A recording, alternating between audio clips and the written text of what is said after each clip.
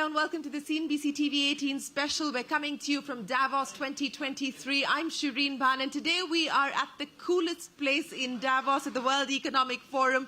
We're at the Equality Lounge. Shelley, thank you so much for collaborating with us to give Future Female Forward a platform here at the World Economic Forum in Davos. What makes the Female Quotient and the Equality Lounge the coolest place to be? Well, because you're here.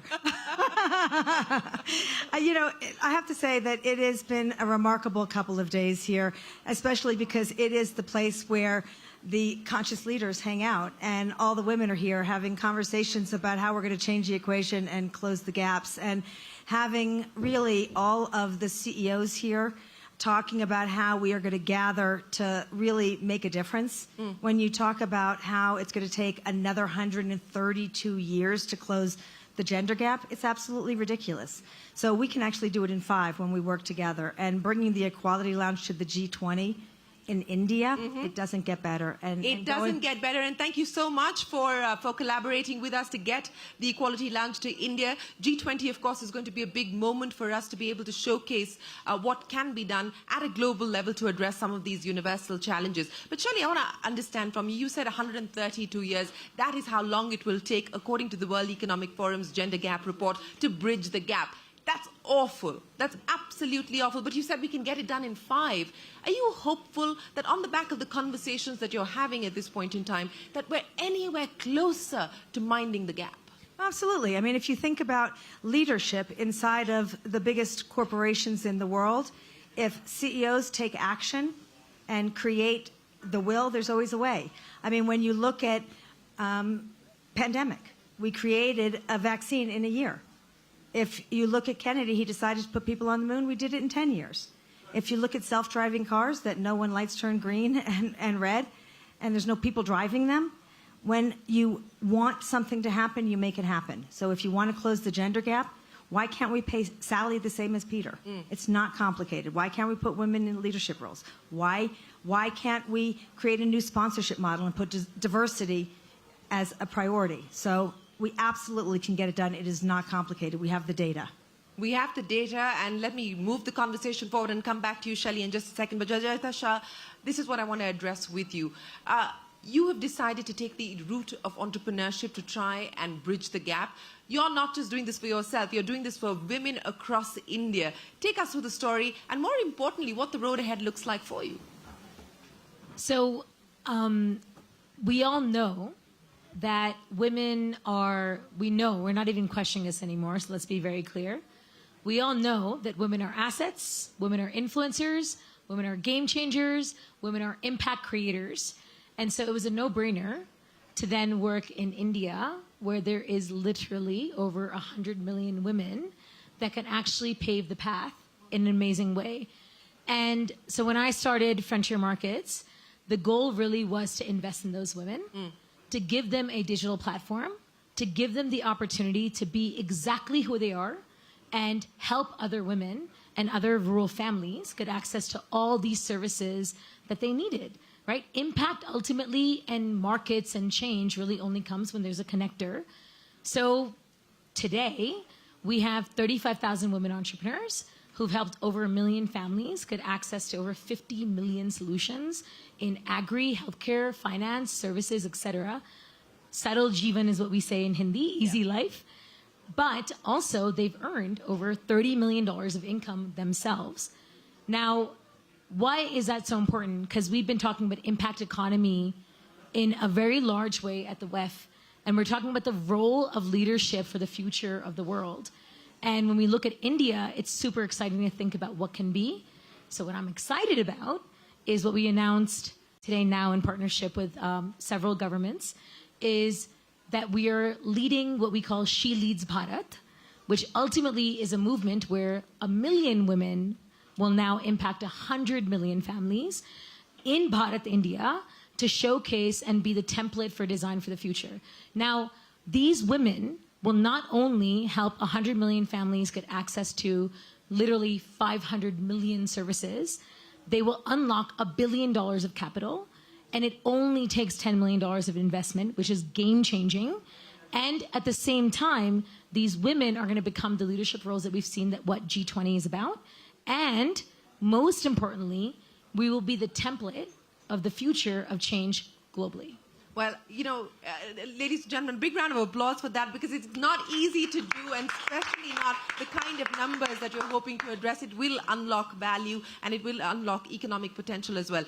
Venkat, let me address this issue. As Shelley said, we can do it if we want to do it. It needs the political will. It requires leadership. It requires courage. At Deloitte, that's what you're attempting to do. You have put targets in place on what you want to achieve in terms of having women in leadership positions, in leadership roles. Culturally, what is it meant within the organization to get to that goal? I think that the biggest advantage we had was growth.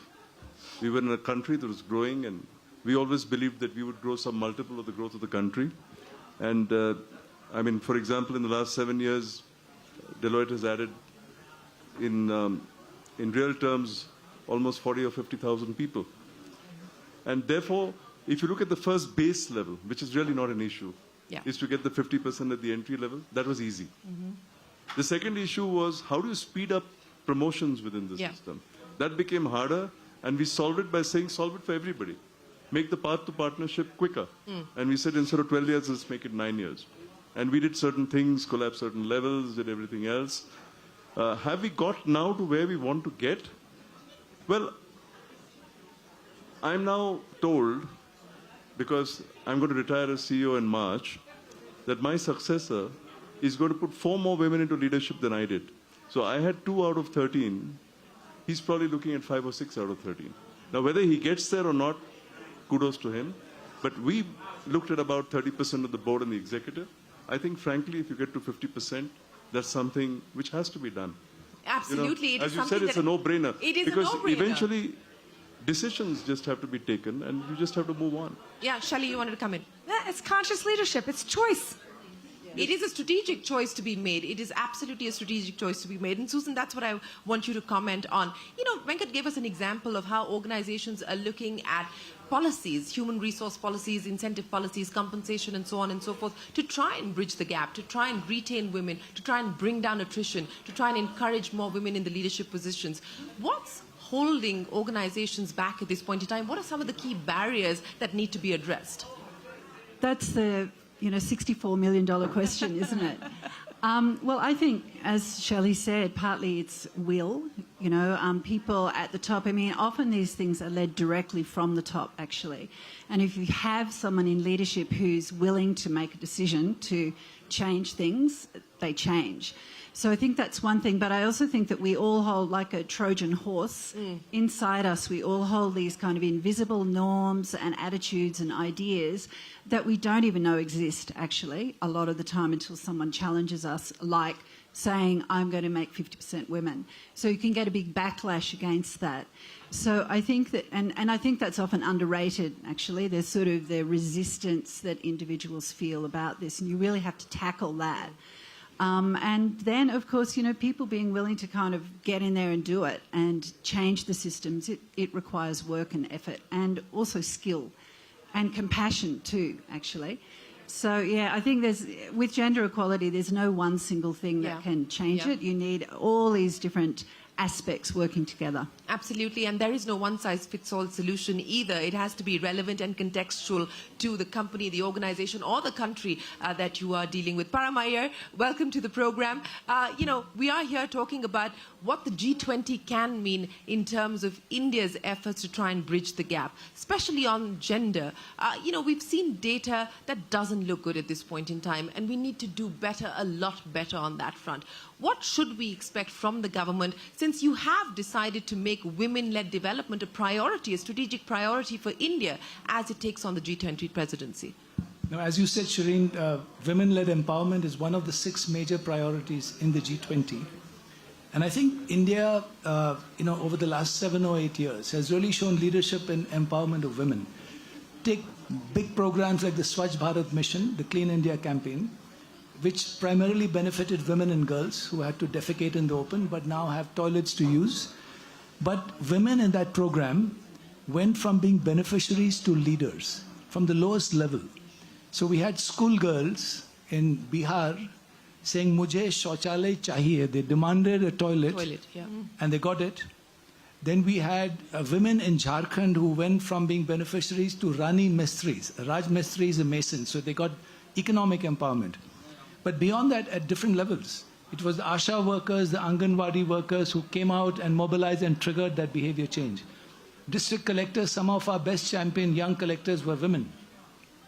Now, the other thing is, as you know, in the panchayats, 40% of women are, 40% of the members are women. Yeah. So that's going on as well. And now, if you look at the IAS as well, our civil service, when I joined the IAS way back, in my batch, as we call it, I think there were only 12 or 13% women officers. Today, it's more like 25, 30%. So I think at leadership levels, at all levels, increasingly women are assuming leadership roles. In my own organization, in NITI, my sort of second in command, as they say in the army, is a fantastic lady officer called Radha, an additional secretary. So I think you're seeing increasing sort of empowerment and leadership of women in the government as well. In the political class, the leader of our delegation here is the Minister for Women and Child Development. Yes. Again, so therefore, I think you're seeing it. Obviously, it's a major topic. More needs to be done, as the Prime Minister mentioned in his speech at the Red Fort. You know, the whole approach needs to change. And I think that's an important agenda of the government.